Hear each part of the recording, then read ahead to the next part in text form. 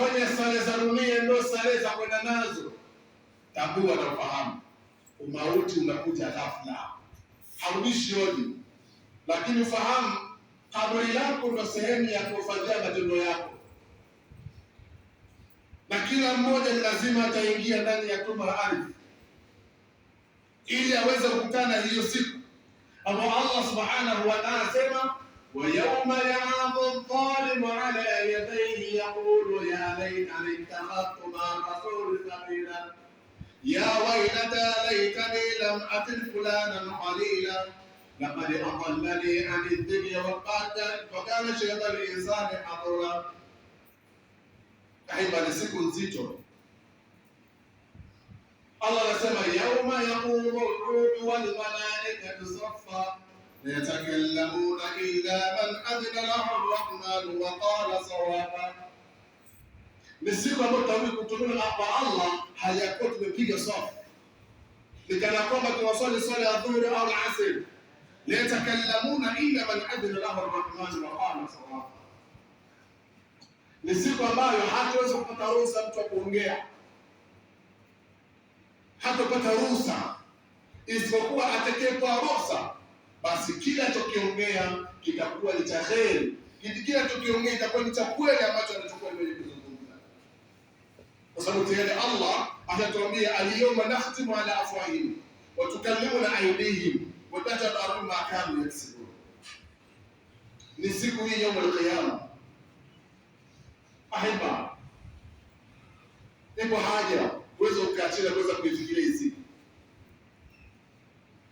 Kwa mujibu wa hadithi Mtume sallallahu alaihi wasallam, Israfil pale tu mtume alipopewa utume ameshaweka ile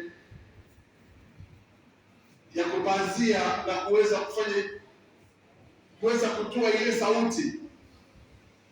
Kiloka tunahitaji kisoti, tunahitaji nini? Baragumu. Tachukua hivyo bila kufahamika.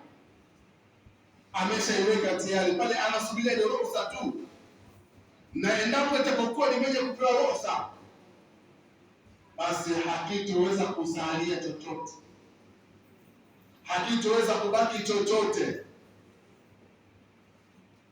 Kila kimoja kitaingia katika hali ya kupata mbasaiko na kuingia kwenye mauti automatically.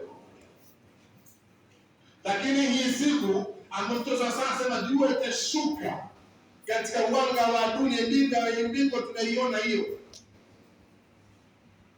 itashuka jasho kwetu sisi wakati tukitembea, itashuka jasho kwetu sisi.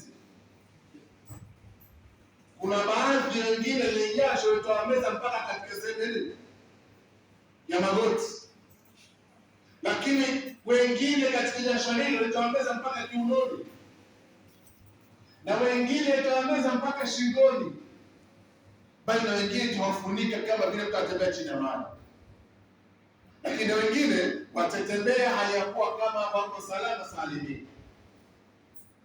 Hii ni siku nzito.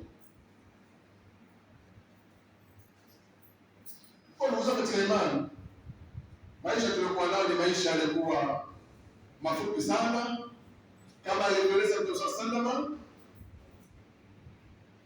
Tuishi katika dunia ni kana kwamba sisi